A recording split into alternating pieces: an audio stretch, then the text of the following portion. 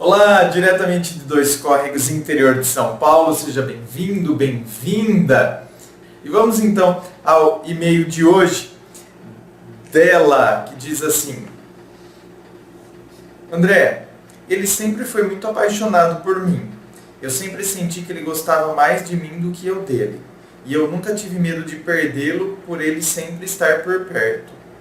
Ele sempre me disse que teve uma namorada antes de mim e que ele perdeu sua virgindade com ela, e isso me deixou muito feliz por ele não ser do tipo galinha que pegava todo mundo, o que me deu mais confiança.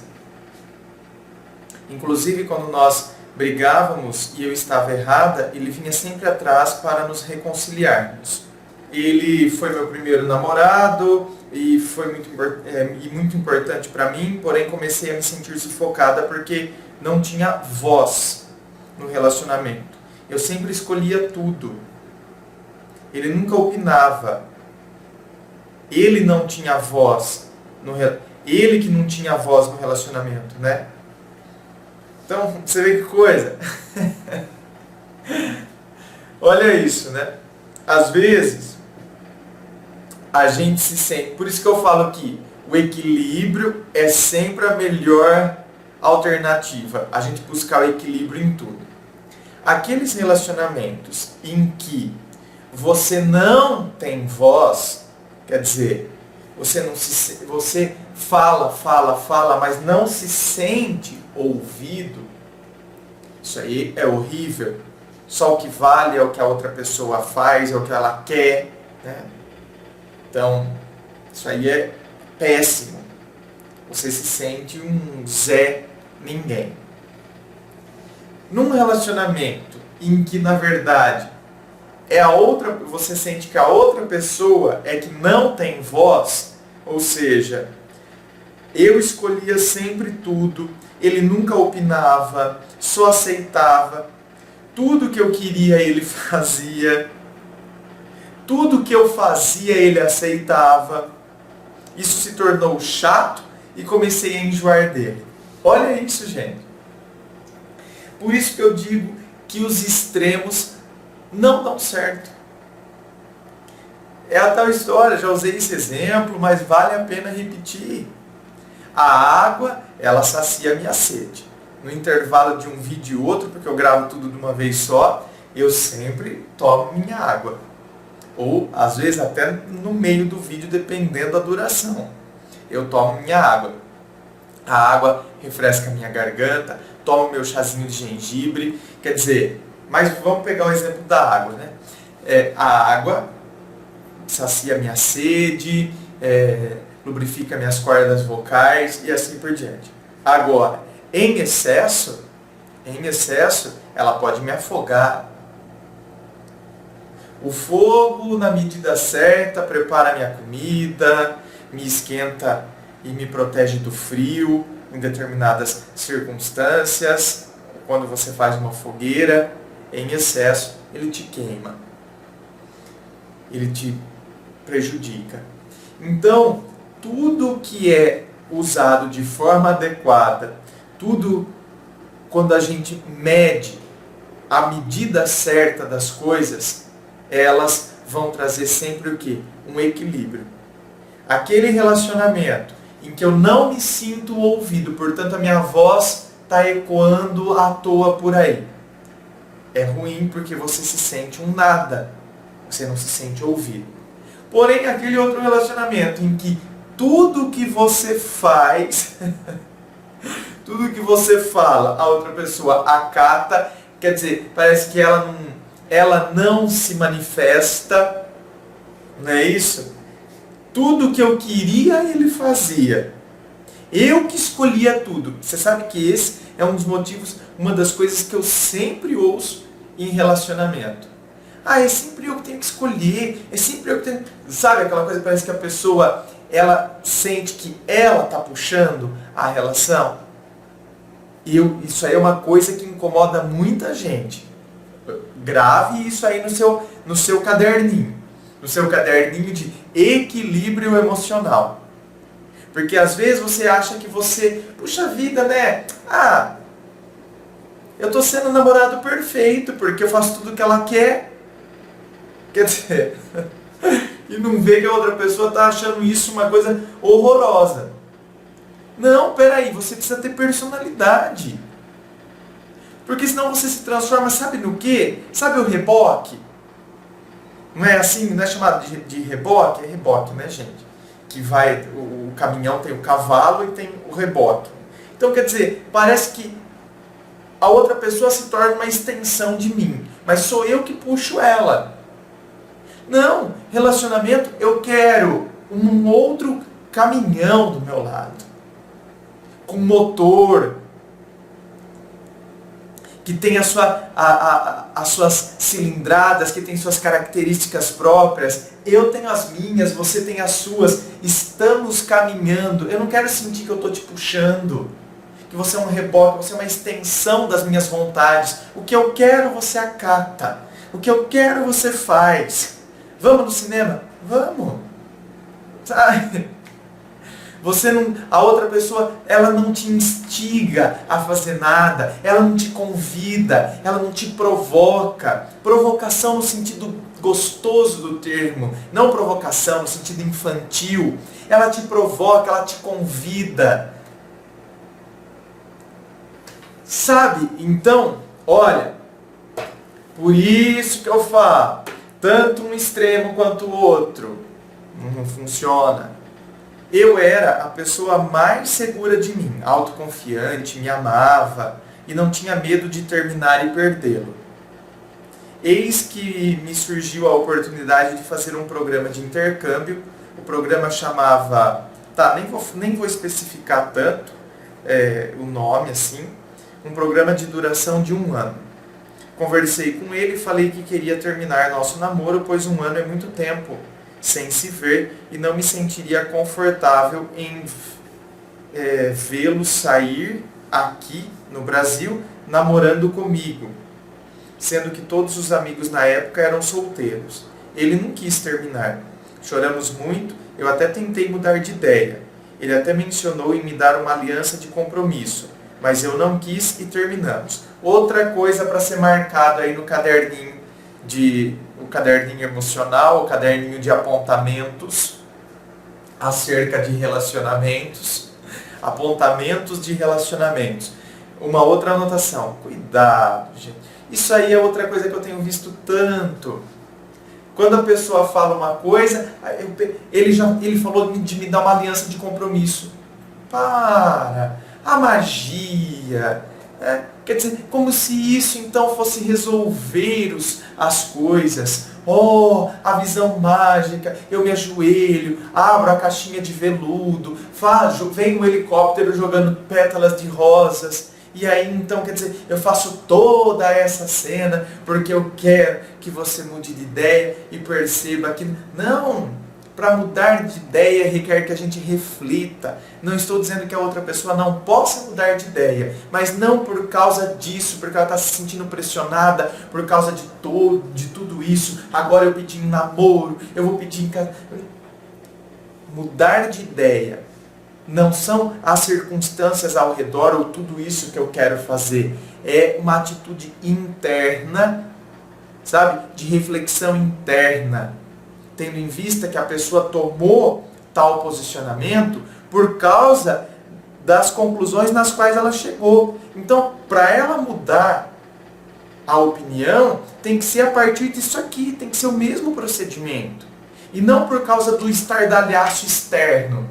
Peço agora, vou te dar aliança de compromisso, vou fazer isso, vou fazer aquilo. Igual mulheres que querem, às vezes, ficar grávidas, para querer resolver problema, para querer resolver, o cara fala que vai terminar com ela quer engravidar, porque agora, sabe? Então, eu quero colocar situações externas, quando na verdade eu não resolvo os conflitos internos da relação. Eu não reflito sobre o que de fato está acontecendo ali dentro. Eu quero maquiar, eu quero jogar uma coisa por cima.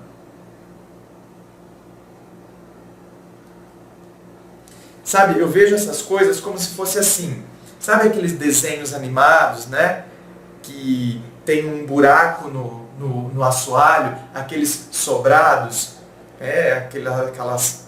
sobrados, e era assoalho, e aí tem um buraco, e aí a pessoa então, para fazer uma armadilha para outra, joga um tapete muito bonito, aí a outra pessoa vem e pisa ali naquele tapete e depois afunda. Eu vejo mais ou menos assim, quando a gente quer fazer essas coisas. Vou te dar aliança de compromisso, a outra fica grávida, o outro pede em casamento, o outro faz isso, faz aquilo. Meu, você está jogando um tapete muito bonito para querer cobrir um buraco que está ali. Para querer tampar, mas uma hora vai afundar, porque não tem sustentação.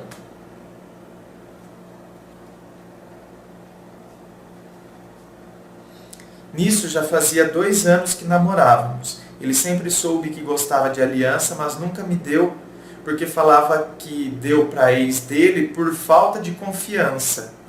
Olha lá. Então, quer dizer, já tinha cometido isso anteriormente, né? Eu não vou dar a aliança para você, porque eu dei para minha ex por causa de falta de confiança. Então, falta de confiança não se resolve com uma aliança. Aliás, gente, isso aqui não é aliança de compromisso, hein? Eu vi alguns comentários um dia num vídeo aí, André, você é noivo? Eu não. Isso aqui é uma aliança que me acompanha, nossa, há muito tempo. Ela tem um beija-flor gravado nela e eu achei ela muito simbólica. Não fui eu que mandei gravar, não. Eu já comprei desse jeito, né? Ela tem vários beija-flores gravados nela e eu achei ela simbólica. Gostei do símbolo porque me representou muita liberdade e foi por isso que eu gostei, porque eu achei um símbolo que eu me identifiquei com o símbolo e eu que dei a interpretação ao símbolo que está aqui na verdade. Então, mas ela significa algo para mim, nesse sentido, de liberdade, de libertação, de voar, de ser livre. E, então eu tenho, essa aliança significa compromisso que eu tenho comigo mesmo, né? De ser livre, de ser eu, de ter a liberdade de ser quem eu sou, enfim, tá? E aí só porque eu vou viajar ele queria me dar? Pois é, tá vendo? Você tem, ainda bem que você tem critério, né, e senso crítico para questionar isso.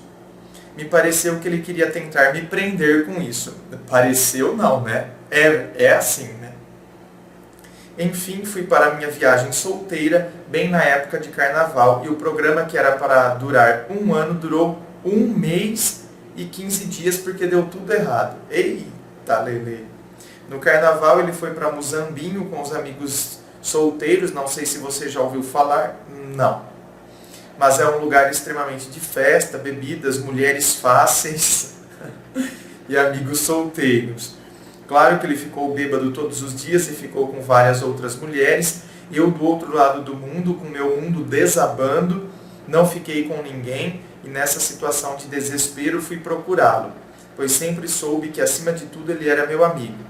Ele me ouviu, tentou me ajudar e tentou mentir falando que não tinha ficado com ninguém ainda, sendo que já tinha ficado, inclusive antes da viagem para Muzambinho, cerca de 14 dias depois que eu saí do país. Bom, mas aí você não pode reclamar também, né?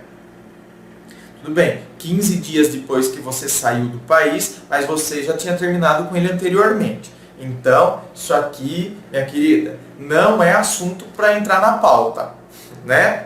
Gente, a gente fica com umas cobranças, né? A gente toma umas atitudes, depois então cobra a outra pessoa por aquilo que na verdade, deu errado a sua viagem? Sinto muito, sentimos, né? Você provavelmente sofreu com isso, mas fazer o quê? Você tomou sua decisão antes de viajar, não tomou? A decisão antes de viajar, ou seja, terminou com ele porque você ia ficar mais de 1 ano lá e considerou que isso não seria saudável, que isso seria prejudicial, essa distância para você. Ótimo, não estou te condenando por isso, hein?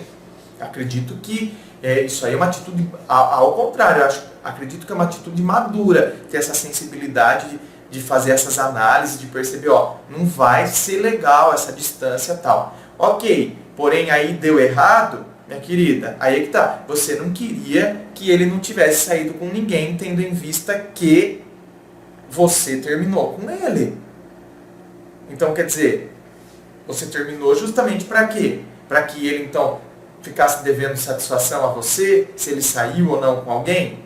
Não, ele não deve essa satisfação a você. E eu descobri tudo isso porque tinha a senha do Facebook dele e vi várias conversas dele contando para os amigos que estava solteiro e que pegou não sei quem em tal festa. E tá errado. Ele ainda disse, eu tô solteiro, peguei não sei quem em tal festa. Não tem erro nenhum nisso. Erro algum existe nisso. Sim, é muita imaturidade ter senha do Facebook, isso representa desconfiança, mas eu era praticamente uma criança e mesmo hoje tendo 21 anos, continuo tendo a senha dele, porém hoje ele sabe disso e alertou os amigos.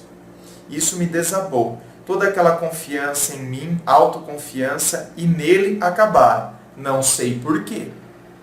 Por que que o fato do cara ter ficado com outra, né? Ter saído com outras meninas, peguei não sei quem, tem que acabar a confiança, a autoconfiança, ou seja, a confiança que você tem em você. Só porque eu não tenho uma pessoa aos meus pés, fazendo as minhas vontades, o meu reboque agora virou um caminhão que tem motor próprio? Oh, sim, e que era isso que inclusive me incomodava, o fato dele ser um reboque. E agora eu vejo que não, que ele tem vida própria.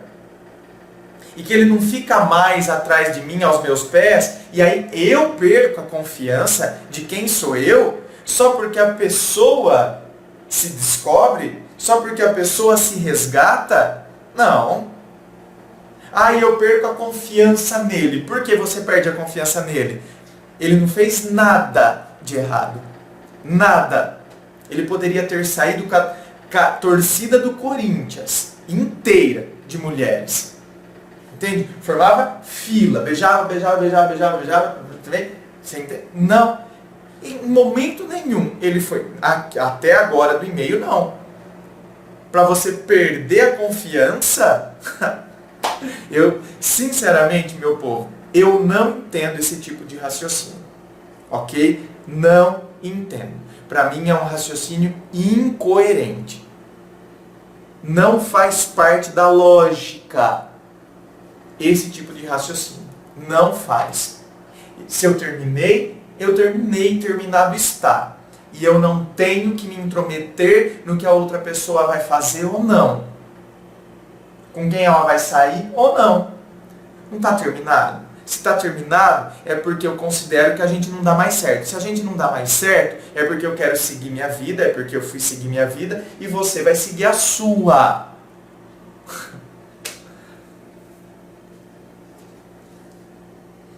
Eu escrevi um e-mail enorme para ele falando da minha decepção, que sabia que ele tinha mentido, que sabia que ele ficou com várias, e estava extremamente decepcionada, pois como terminamos nos gostando, combinamos que um ia avisar ao outro caso eu desencanasse e visse que não sente mais nada. Aí já entra dentro de uma coisinha que eu considero meio infantil, né? Até pela idade de vocês. Não, tudo bem, a gente terminou gostando. Um vai comunicar ao outro. Para, né?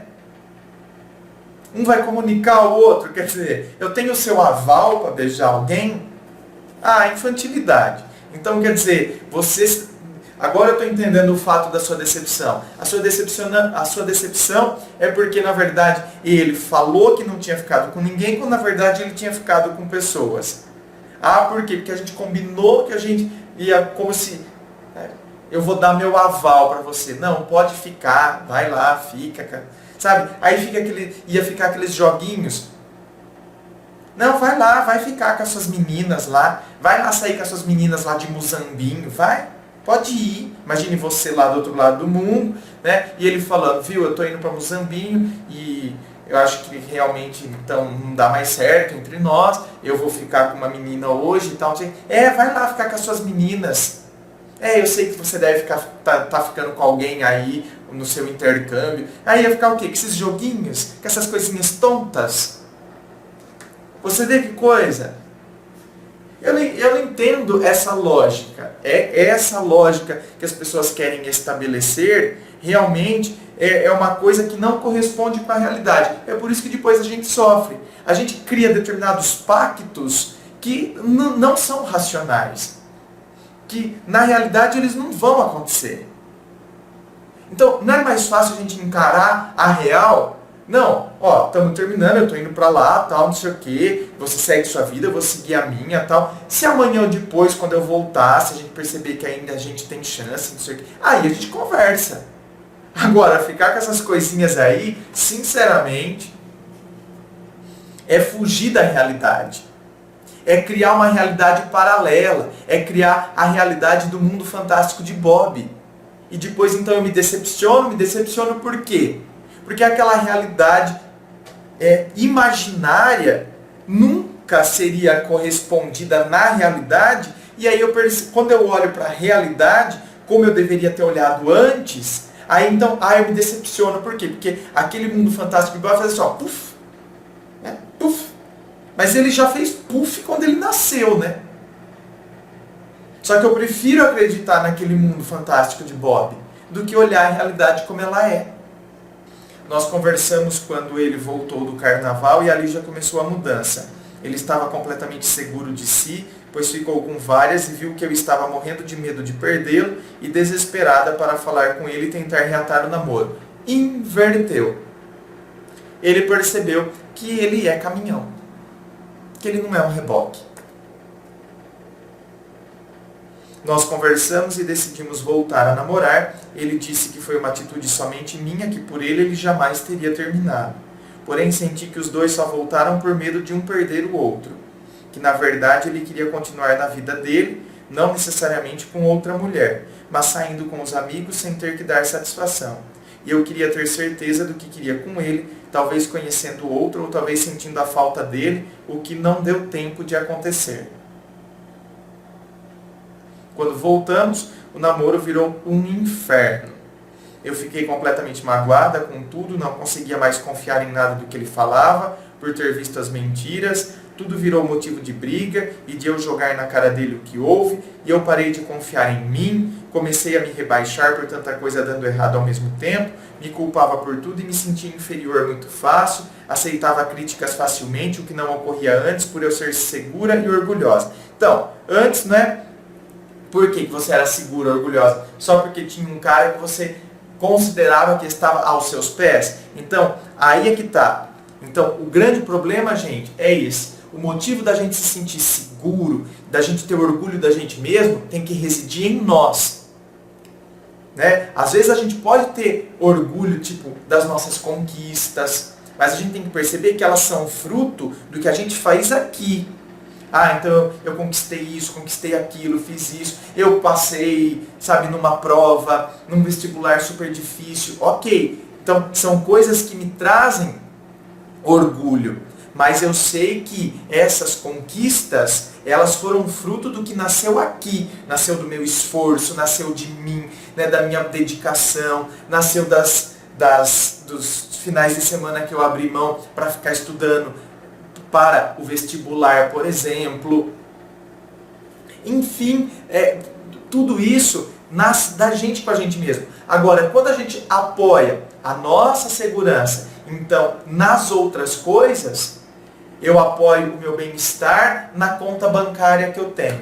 Não, a conta bancária que eu tenho, ok, é boa, é resultado do meu trabalho e tal, e eu me orgulho disso. Mas quem eu sou está em mim, não está lá no quanto que eu tenho. Porque tem gente que se sente, né? A pessoa se sente pessoa quanto mais ela tem. Eu não estou criticando o ter. O problema é quando a gente inverte. Assim também assim também acontece nos relacionamentos. Nos relacionamentos, quando eu acredito, então, que a pessoa está aos meus pés, aí eu tenho segurança em mim. Quer dizer, a minha segurança está apoiada no fato da outra pessoa estar ali, comendo na palma da minha mão, estar rastejando por mim, né? Arrasta um trem por mim. Aí eu me sinto seguro de mim. Então a segurança, você está vendo o que é a projeção externa da segurança? a segurança não está em mim, comigo mesmo. Por isso que depois, a hora que as coisas mudam, a forma como eu me vejo, aí eu começo a me ver inseguro, eu começo a me ver uma pessoa com baixa autoestima, porque na verdade eu estava apoiando em coisas externas. E as coisas externas, elas estão sujeitas às mais diversas variações. Não que nós internamente não podemos também sofrer variações ou mudanças, mas quando a gente se apoia na gente mesmo, os abalos são bem menores, sem dúvida alguma. Então é isso que a gente tem que avaliar, é isso que a gente tem que refletir, e é nisso que a gente tem que pensar. Enfim, é isso, né? Já está ficando muito longo o e-mail, mas pelo que eu vi aqui, eu dei uma pausa no vídeo e eu li até o fim, porque o e-mail estava muito longo. Por isso que eu peço para vocês que quando me enviarem no YouTube, que vocês resumam. A não ser que seja gravação privada. A gravação privada, você pode mandar lá, né, a sua Bíblia, mas aqui no YouTube a gente precisa ser um pouco mais resumido. Então, parei o vídeo e dei uma lida, tudo está se resumindo, tudo está girando em volta disso e nessas reflexões que eu fiz aqui acerca da questão. Muito obrigado a você pela sua participação. Gente, inscreva-se, fico aqui aguardando a sua inscrição, participe de todas as sessões aqui no canal, me siga lá nas redes sociais, Facebook, Instagram, fico aguardando você. Muito obrigado, beijo no coração e um forte abraço.